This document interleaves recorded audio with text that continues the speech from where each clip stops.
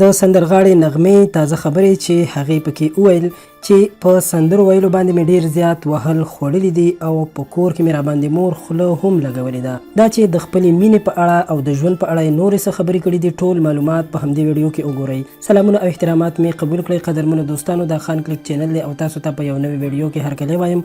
دوستانو د ویډیو شروع کېدو مخکې له تاسو نه یو هیله لرم که زموږ چینل مو نوي سبسکرایب کړی نو همدا اوس یې سبسکرایب کړئ چې په آینده کې هم همدغسې معلوماتي او په زړه پورې ویډیوګانې تاسو ته په وخت در ورسیږي. قدرمنو دوستانو د سندرغاړې خاپیره نغمې د نوم سره خو به تاسو ټول آشنا یې. هغې په یو تازه مرکه کې د خپل ژوند په اړه ډېرې داسې خبرې کړي دي چې د هغې نه تر اوسه پورې هیڅوک هم نه دي خبر. هغې په خپلو خبرو کې وویل چې کله زه په مکتب کې یعنی په سکول کې وم نو په هغه وخت کې به یې ماته خاپیره نغمه ویل او ماته به استادانو ویل چې راشه ملي سرود یا ملي ترانه ووایه.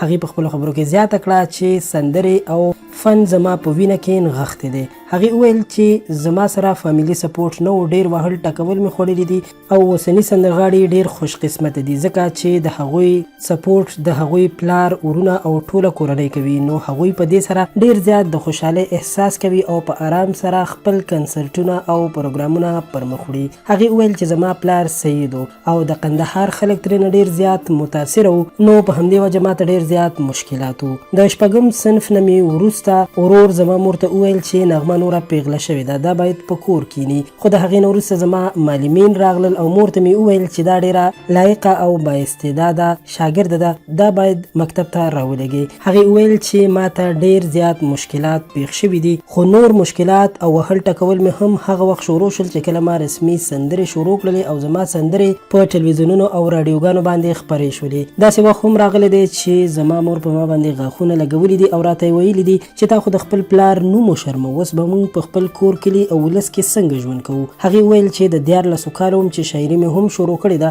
او زما په شعري ټولګو کې ماته هنداره او ستا یادونه لیوني دي دا 2 شعري ټولګې چاپ شوي دي. په خپلو خبرو کې خاپیره نغمې وویل چې اول ما کله سندرې شروع کړې نو ډېر شعرونه مې خپلو او د هغې نه وروسته ما بیا د نورو شاعرانو شعرونه هم ویلي دي.